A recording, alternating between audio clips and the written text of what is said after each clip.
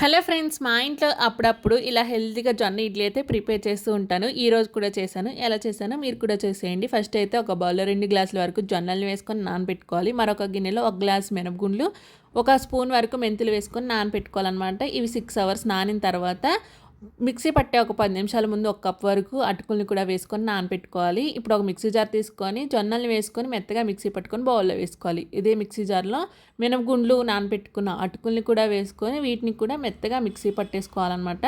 దీన్ని కూడా మిక్సీ పట్టేసుకున్న తర్వాత ఇప్పుడు దీన్ని కూడా బౌల్‌లో వేసుకొని అంతా కలిసేలా మంచిగా కింద నుంచి పై వరకు కలుపుకోవాలి. మూత పెట్టుకొని నైట్ అంతా కూడా వదిలిపెట్టాలన్నమాట. మార్నింగ్ కల్లా ఇక్కడ నేను చూపిస్తున్నట్టుగా ఇలా ఫార్మేట్ అవుతాయి. ఇడ్లీ అనేది సాఫ్ట్‌గా ఉంటుంది, టేస్ట్ బాగుంటుంది.